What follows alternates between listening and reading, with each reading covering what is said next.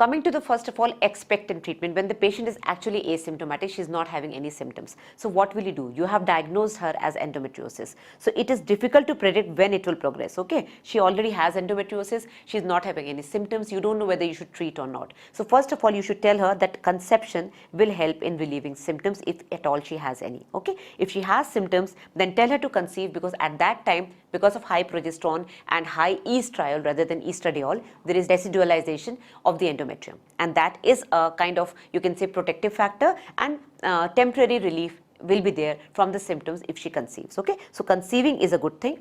So sometimes it can even cure it. If it is a mild endometriosis, sometimes that 9 to 10 months, 11 months amenorrhea can itself cure the patient from mild endometriosis. Then you can give her analgesia.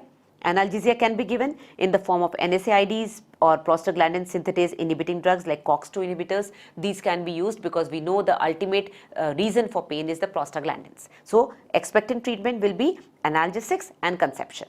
Coming to the medical therapy. Now we have discussed the expectant treatment. Coming to the medical therapy before we jump into the surgical therapy. Now medical therapy will include what? First of all, you have to know that even after the medical therapy that she is having good relief, recurrence of symptoms always happens.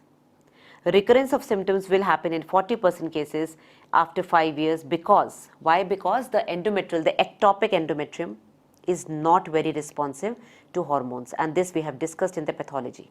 In the lecture on causes and pathology of endometriosis, the ectopic endometrium is not responsive, not very responsive to hormones. Okay, so that is the reason why medical therapy generally fails, or it has to be continued lifelong till actually she undergoes menopause or undergoes a surgery. Okay.